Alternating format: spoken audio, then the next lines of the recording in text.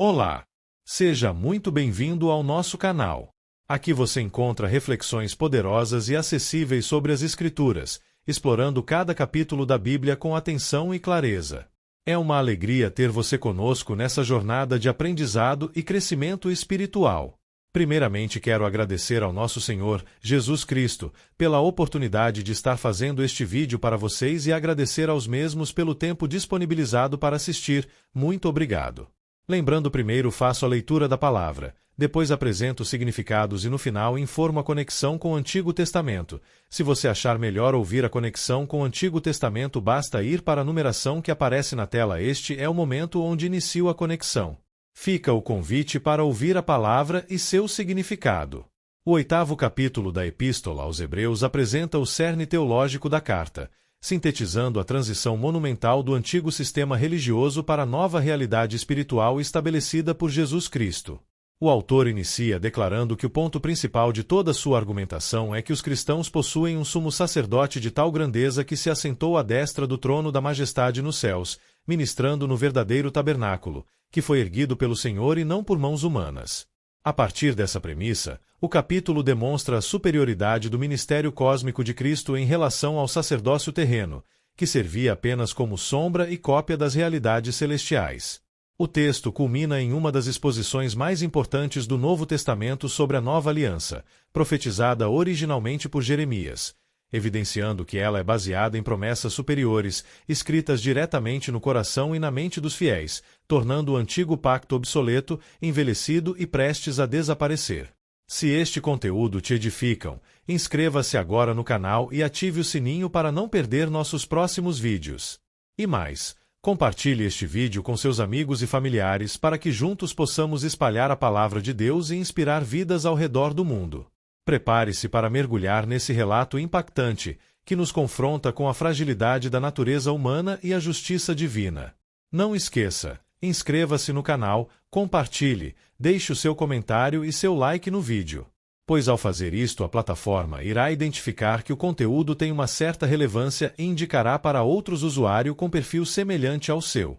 Vamos iniciar a leitura da palavra e depois os esclarecimentos. Versículos Hebreus 8 do livro de Hebreus da Bíblia. O sumo sacerdote do novo acordo. O mais importante do que estamos tratando é que temos um sumo sacerdote como esse, o qual se assentou à direita do trono da majestade nos céus. 2 E serve no santuário, no verdadeiro tabernáculo que o Senhor erigiu, e não o homem. 3 Todo sumo sacerdote é constituído para apresentar ofertas e sacrifícios. Por isso, era necessário que também este tivesse algo a oferecer. 4 Se ele estivesse na terra, nem seria sumo sacerdote, visto que já existem aqueles que apresentam as ofertas prescritas pela lei. 5 Eles servem num santuário que é cópia e sombra daquele que está nos céus, já que Moisés foi avisado quando estava para construir o tabernáculo. Tenha o cuidado de fazer tudo segundo o modelo que lhe foi mostrado no monte. 6 Agora, porém, o ministério que Jesus recebeu é superior ao deles, assim como também a aliança da qual ele é mediador é superior à antiga, sendo baseada em promessas superiores. 7 Pois, se aquela primeira aliança fosse perfeita, não seria necessário procurar lugar para outra. 8 Deus, porém, achou o povo em falta e disse: Estão chegando os dias, declara o Senhor, quando farei uma nova aliança com a comunidade de Israel e com a comunidade de Judá. 9 Não será como a aliança que fiz com os seus antepassados, quando os tomei pela mão para tirá-los do Egito. Visto que eles não permaneceram fiéis à minha aliança, eu me afastei deles, diz o Senhor. 10 Esta é a aliança que farei com a comunidade de Israel depois daqueles dias, declara o Senhor. Porei minhas leis em sua mente e as escreverei em seu coração. Serei o seu Deus, e eles serão o meu povo. 11 Ninguém mais ensinará ao seu próximo nem o seu irmão, dizendo: Conheça o Senhor, porque todos eles me conhecerão, desde o menor até o maior. 12 Porque eu lhes perdoarei a maldade e não me lembrarei mais dos seus pecados. 13 Chamando nova essa aliança, ele tornou antiquada a primeira, e o que se torna antiquado e envelhecido está a ponto de desaparecer. Análise textual. Logo depois terá uma compreensão ao Antigo Testamento. O santuário celestial e a excelência da nova aliança. O capítulo 8 de Hebreus funciona como uma grande dobradiça teológica na carta. No capítulo anterior, o autor provou que a pessoa do sacerdote mudou, sai Levi, entra Jesus segundo a ordem de Melquisedeque. Agora, ele vai demonstrar que o local do serviço e o contrato mudaram. O autor começa com uma frase direta: o mais importante do que estamos tratando é. Versículo 1. Ele resume sua tese para garantir que o leitor não se perca nos detalhes jurídicos. Nós temos um sumo sacerdote que não está de pé em um templo terreno, mas assentado em glória no céu, mediando um acordo infinitamente superior. O tema central deste capítulo é: Jesus exerce o ministério superior porque atua no verdadeiro santuário celestial e serve como mediador de uma nova aliança, que substitui o pacto antigo e transforma o ser humano de dentro para fora por meio do perdão completo e da comunhão direta com Deus. Primeiro, o verdadeiro santuário e o sacrifício superior, versículos 1 a 6. O que o autor está ensinando? O autor faz um contraste espacial entre o ministério dos sacerdotes da terra e o de Jesus. A posição de Jesus, versículos 1-2, ao contrário dos sacerdotes levíticos que passavam a vida inteira de pé trabalhando no templo, porque o serviço deles nunca terminava, Jesus terminou a sua obra de expiação e se assentou à direita do trono da majestade nos céus. O seu santuário é o verdadeiro tabernáculo que o Senhor erigiu, e não o homem. A necessidade de uma oferta. Versículo 3. Por definição, a função de qualquer sumo sacerdote é apresentar ofertas e sacrifícios. Sendo assim, Jesus também precisava ter algo a oferecer. O autor deixa implícito o que já vinha ensinando. Jesus ofereceu a sua própria vida. A cópia versus a realidade. Versículo 4-5. Se Jesus estivesse operando de forma terrena, ele nem poderia ser sacerdote, pois a legislação mosaica já tinha homens validados para isso. O autor explica que o tabernáculo construído por Moisés no deserto era apenas uma cópia e sombra da realidade celestial. Santuário celestial, a realidade original, onde Jesus serve. Modelo revelado. Tabernáculo terreno, a cópia e sombra, onde Levi servia. Deus levou Moisés ao topo do Monte Sinai e lhe mostrou uma planta espiritual e arquitetônica, ordenando: tenha o cuidado de fazer tudo segundo o modelo que lhe foi mostrado. Versículo 5. O templo terreno tinha valor, mas apenas como um espelho refletindo a verdadeira sala do trono no céu. Portanto, o ministério de Jesus é infinitamente superior porque ele opera na realidade, enquanto os outros operavam na sombra. Versículo 6. A lição espiritual principal. O sistema de adoração do Antigo Testamento era uma maquete pedagógica projetada por Deus para apontar para a realidade espiritual e celestial que Jesus inauguraria com o seu sacrifício. Aplicações práticas. Focar na realidade, não nos símbolos. Na vida cristã, corremos o risco de nos apegar a sombras modernas, prédios de igrejas, rituais específicos, objetos decorativos religiosos. Lembre-se de que a nossa adoração é espiritual e se conecta diretamente com o trono dos céus. 2. Descansar na obra concluída. O fato de Jesus estar assentado significa que o pagamento pelo seu pecado foi aceito e finalizado. Você não precisa viver sob a ansiedade de tentar pagar a Deus pelos seus erros. A obra do seu sacerdote está concluída. 3. Valorizar o ministério de Jesus. O seu intercessor não é limitado por barreiras geográficas ou fraquezas humanas. Ele está na própria majestade dos céus advogando por você. Compreensão no Antigo Testamento. Este trecho cita diretamente Êxodo 25:40, onde Deus instrui Moisés detalhadamente sobre a construção do tabernáculo. A precisão exigida a Moisés não era mero capricho estético, era crucial porque cada detalhe do tabernáculo, o véu, o altar, a arca, tipificava uma faceta da pessoa e da obra de Cristo. Segundo, a insuficiência da antiga aliança, versículos 7-9. O que o autor está ensinando? O autor introduz uma lógica de substituição de contratos. Se aquela primeira aliança fosse perfeita, não seria necessário procurar lugar para outra. Versículo 7. Uma aliança é um pacto de relacionamento. Se Deus planejou um novo pacto, é porque o primeiro apresentou falhas estruturais em sua execução. Onde estava o erro? O texto é cirúrgico. Deus, porém, achou o povo em falta. Versículo 8. O problema não estava nos mandamentos de Deus, que eram santos e justos, mas na incapacidade da natureza humana de cumpri-los. A lei antiga estava escrita em pedras e exigia obediência de fora para fora, mas não dava ao homem a força interna necessária para obedecer. O resultado histórico disso foi trágico. Quando os tomei pela mão para tirá-los do Egito, eles não permaneceram fiéis à minha aliança. Versículo 9. O povo quebrou o pacto quase imediatamente no deserto ao adorar o bezerro de ouro. Por causa dessa quebra contínua de fidelidade, Deus declara uma consequência dolorosa: eu me afastei deles. O pecado rompeu a comunhão, exigindo um modelo de aliança completamente novo que tratasse a raiz do problema, o coração humano. A lição espiritual principal. A antiga aliança baseada na lei falhou em unir Deus e o homem de forma permanente porque a natureza humana caída era incapaz de manter as cláusulas de fidelidade exigidas por Deus. Aplicações práticas. 1. Reconhecer a nossa incapacidade moral. A história de Israel no deserto é a história de todos nós. Sozinhos, não conseguimos ser fiéis a Deus. Tentar se justificar pelo próprio esforço só gera frustração e quebra de aliança.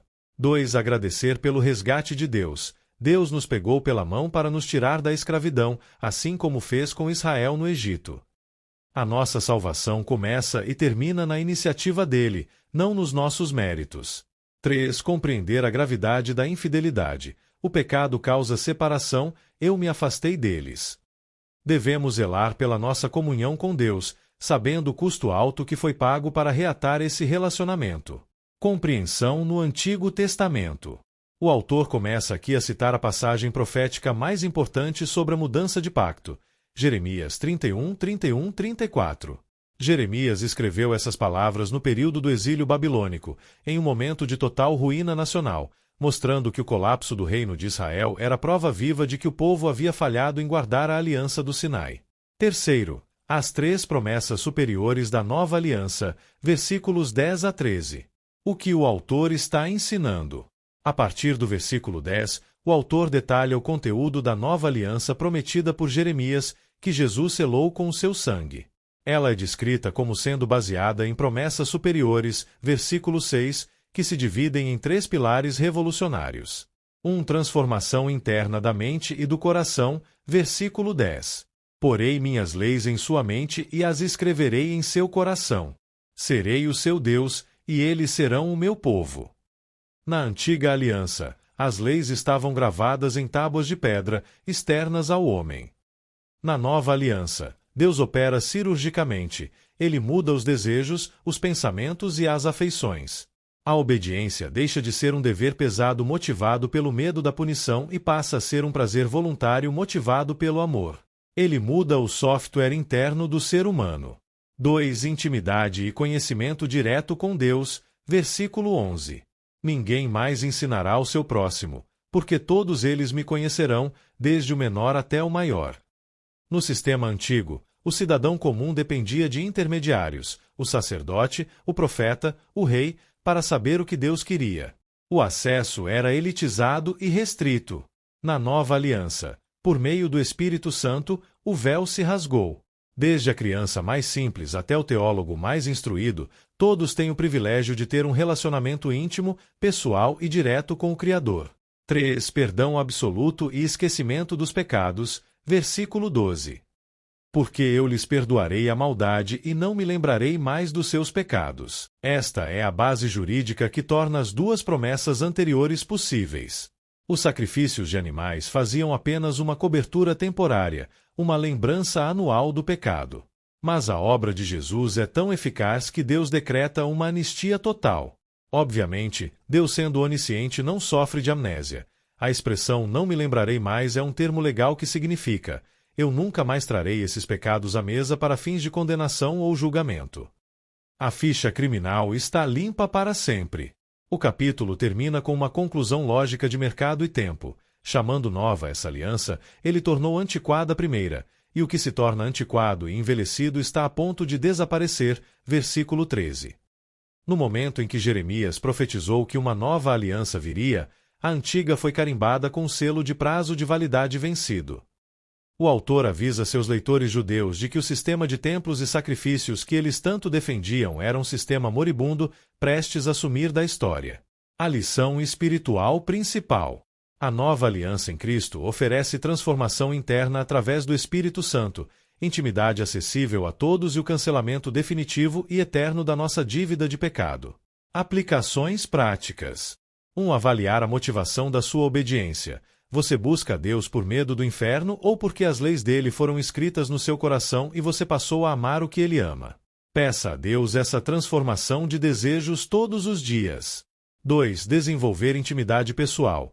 Não terceirize a sua vida espiritual dependendo apenas das orações dos outros ou das pregações de líderes religiosos. Você tem linha direta com o Pai. Abra a sua Bíblia, ore no secreto e conheça o Senhor por si mesmo. 3. Viver livre da condenação. Se Deus declarou que não se lembra mais dos seus pecados confessados, pare de desenterrar o seu passado. Aceite o perdão completo que a nova aliança garante e caminhe em novidade de vida. Compreensão no Antigo Testamento. A profecia de Jeremias se cumpre historicamente na noite da última ceia.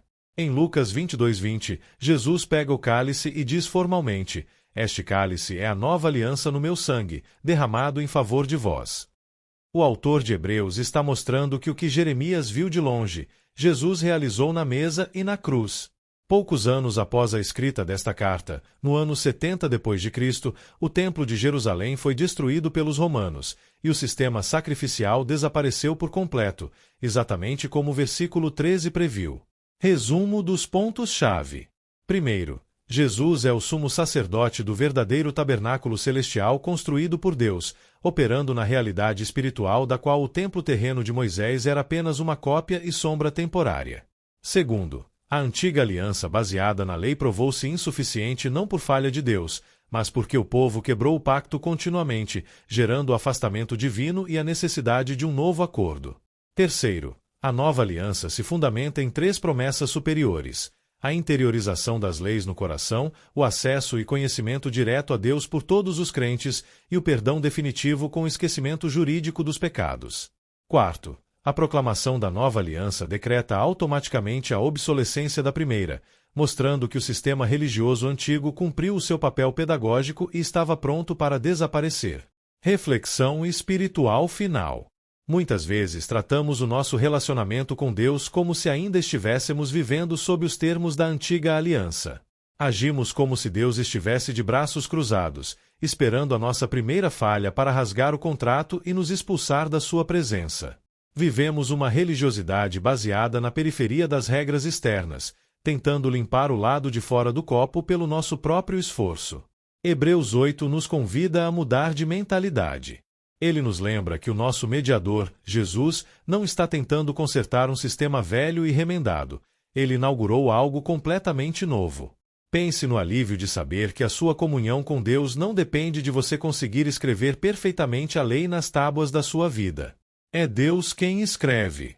É Ele quem grava na sua mente, dita os seus novos valores e inclina o seu coração para a santidade. O crescimento espiritual não é o resultado do seu desespero humano, mas da fidelidade de Deus operando em você através do Espírito Santo. Além disso, veja o tamanho do privilégio do acesso. No Antigo Testamento, se você quisesse ver a glória de Deus manifestada no Santo dos Santos, você seria consumido pelo fogo, porque você não era o sumo sacerdote e não carregava o sangue certo. Hoje, o menor dos crentes, no lugar mais humilde da terra, pode fechar os olhos e entrar com ousadia no verdadeiro tabernáculo celestial porque o sangue do mediador abriu o caminho. Não viva como um órfão espiritual do Antigo Testamento se você já foi feito filho na nova aliança. Desfrute da intimidade diária com o Pai. Descanse na certeza de que a sua folha corrida de pecados foi rasgada e esquecida por Deus, e deixe que o autor da aliança transforme o seu interior dia após dia. O contrato antigo envelheceu e sumiu. A graça eterna de Jesus é o acordo que sustenta a sua vida para sempre.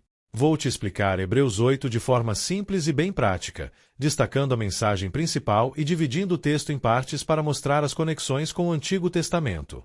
Tema central: a excelência do santuário celestial e a nova aliança, como Jesus opera no verdadeiro tabernáculo não feito por mãos humanas, mediando uma aliança baseada em promessas superiores que troca as tábuas de pedra pela transformação interna do coração e garante o esquecimento definitivo dos nossos pecados.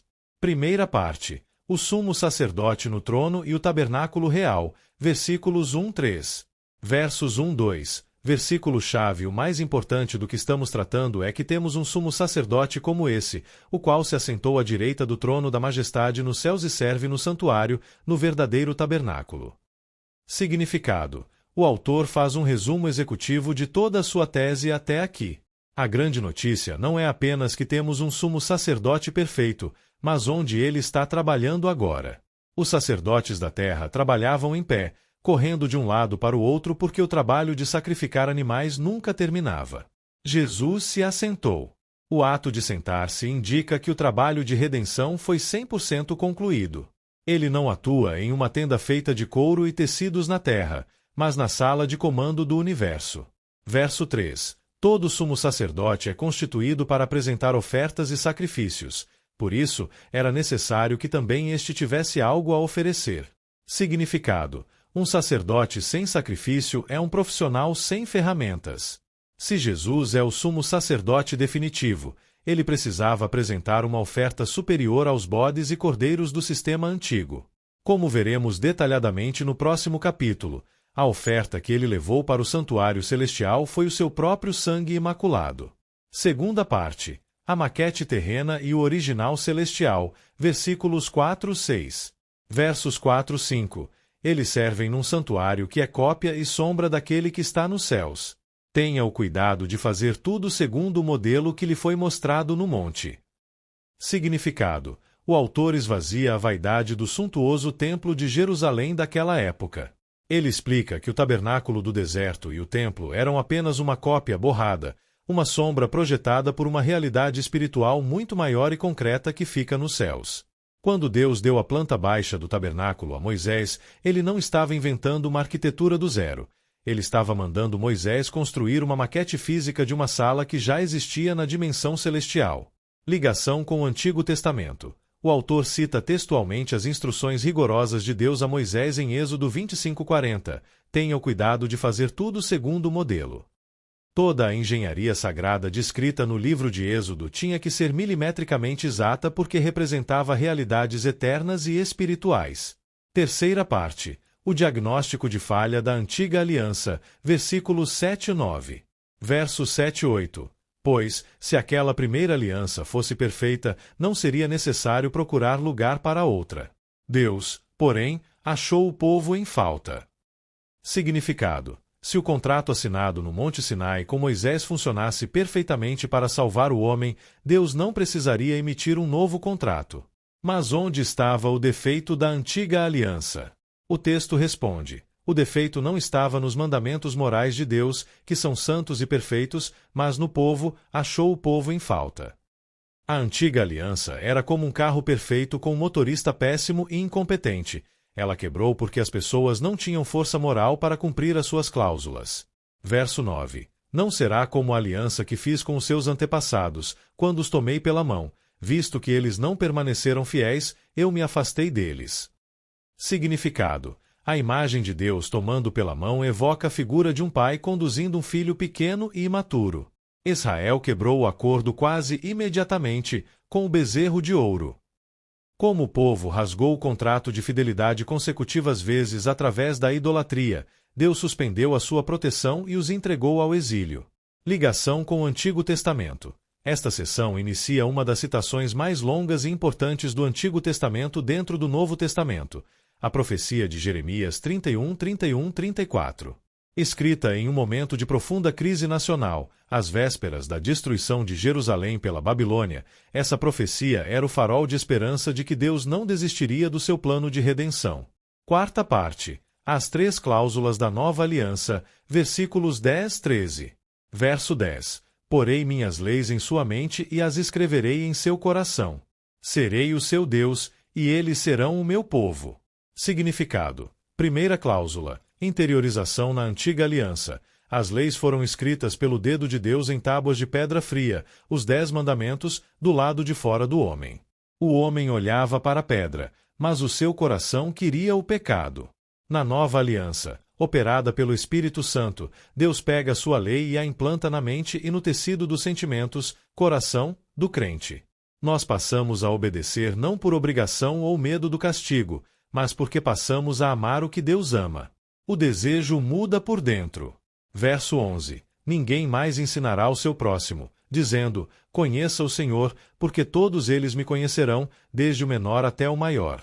Significado. Segunda cláusula, acesso direto no sistema antigo, a presença de Deus ficava trancada em uma sala escura por trás de um véu grosso.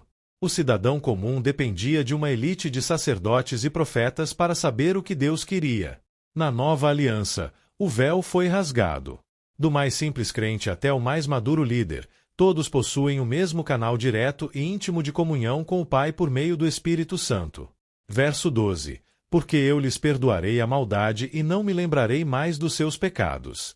Significado. Terceira cláusula. Anistia total no Antigo Testamento, os sacrifícios funcionavam apenas como um cobertor temporário, expiação, que cobria o pecado por 12 meses, mas no ano seguinte a dívida voltava a ser lembrada. Na nova aliança, o sacrifício de Jesus faz uma limpeza molecular. Deus perdoa a maldade e decreta uma amnésia jurídica. Ele decide nunca mais trazer os nossos erros passados à mesa de julgamento. Verso 13. Chamando nova essa aliança, ele tornou antiquada a primeira, e o que se torna antiquado e envelhecido está a ponto de desaparecer. Significado. O golpe de misericórdia no apego ao templo físico.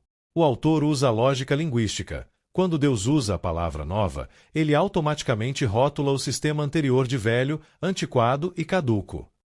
O autor escreve isso poucos anos antes do ano 70 depois de Cristo, quando o exército romano destruiria completamente o Templo de Jerusalém, fazendo o sistema de sacrifícios levíticos sumir do mapa da história. Resumo geral. Sobre a localização e a eficácia de Jesus. Nosso sumo sacerdote não está operando em estruturas provisórias terrenas, mas está assentado em posição de honra absoluta à direita da majestade nos céus, tendo concluído de forma definitiva o seu trabalho sacrificial. 2. O tabernáculo e os templos construídos pelos homens no Antigo Testamento eram apenas sombras projetadas e maquetes físicas copiadas fielmente da realidade espiritual e cósmica que existe na presença de Deus. Sobre a transição de alianças. A antiga aliança demonstrou sua fragilidade e obsolescência não por erro divino, mas pela incapacidade moral e infidelidade crônica do próprio ser humano em cumprir os seus termos externos. 2. O anúncio profético de uma nova aliança no Antigo Testamento carimbou o sistema mosaico como antiquado, prevendo a sua completa desintegração institucional e histórica. Sobre os benefícios da nova aliança. A nova aliança revoluciona a espiritualidade ao transferir a lei de tábuas de pedra externas para a mente e as afeições internas do coração humano, gerando obediência por amor. 2. Ela democratiza a comunhão com o Criador, garantindo acesso relacional direto a todos os crentes, e estabelece um perdão definitivo que apaga e esquece juridicamente o registro dos nossos pecados.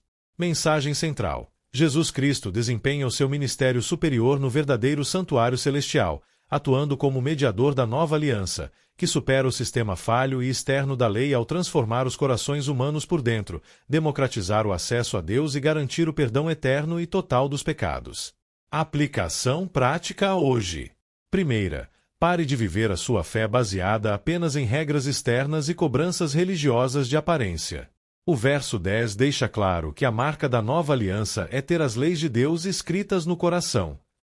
Se você só se comporta de maneira ética, honesta e pura quando há pessoas da igreja te olhando, você ainda está vivendo na antiga aliança da pedra fria. Peça ao Espírito Santo para transformar os seus gostos e desejos internos, para que fazer a vontade de Deus seja o seu prazer espontâneo e não um fardo pesado. Segunda, não gaste energia se culpando por pecados que Deus já deletou do registro dele. O verso 12 traz a promessa mais libertadora do Novo Testamento: não me lembrarei mais dos seus pecados. Se você já confessou o seu erro de verdade, abandonou a prática e pediu perdão a Deus em nome de Jesus, essa falha não existe mais no tribunal do céu. Se você continua se autopunindo, tendo crises de ansiedade por erros do passado ou revirando o lixo da sua história, você está duvidando da palavra do Criador. Deixe o passado onde Deus o colocou, no esquecimento. Terceira, desfrute do seu direito de ter intimidade direta com Deus sem depender de intermediários humanos. O verso 11 afirma que todos eles me conhecerão, desde o menor até o maior. No cristianismo, não existem astros espirituais, super-homens da fé ou canais exclusivos de oração. Você não precisa que um líder religioso famoso ou um influenciador digital ore por você para que Deus te ouça. Você tem o mesmo acesso que eles têm. Desenvolva a sua vida secreta de oração no seu quarto. O Pai está pronto para conversar diretamente com você. Quarta, pare de idolatrar templos físicos, decorações sagradas ou locais geográficos específicos como se Deus morasse ali. Os versos 2 e 5 nos relembram que os prédios terrenos são apenas sombras. O verdadeiro santuário está no céu, e hoje, pela graça, o seu próprio corpo se tornou o templo do Espírito Santo. Não trate a sua vida espiritual como algo que só acontece no domingo, dentro de 4 paredes pintadas. Deus caminha com você na universidade, no escritório, na cozinha e no trânsito. Adore-o com a sua conduta em todos os lugares. Quinta, examine se a sua vida reflete a transformação real do motor do seu coração. O verso 9 detalha o erro de Israel. Eles não permaneceram fiéis, eu me afastei deles. A fidelidade na nova aliança não é medida por quantas reuniões você frequenta, mas pela consistência do seu caráter quando ninguém está olhando. Aplique a lei de Deus na sua mente hoje. Escolha não pagar o mal com o mal. Decida falar a verdade mesmo que custe caro e permaneça fiel aos seus compromissos e compromissos familiares. E chegamos ao fim de mais um vídeo. Espero que você tenha gostado e aprendido algo novo com a gente. Se você curtiu o conteúdo, não esqueça de deixar o seu like, seu comentário, além de compartilhar e se inscrever no canal. Isso ajuda muito, para continuarmos a trazer conteúdos incríveis para você. Obrigado por assistir, nos encontramos no próximo vídeo. Até mais!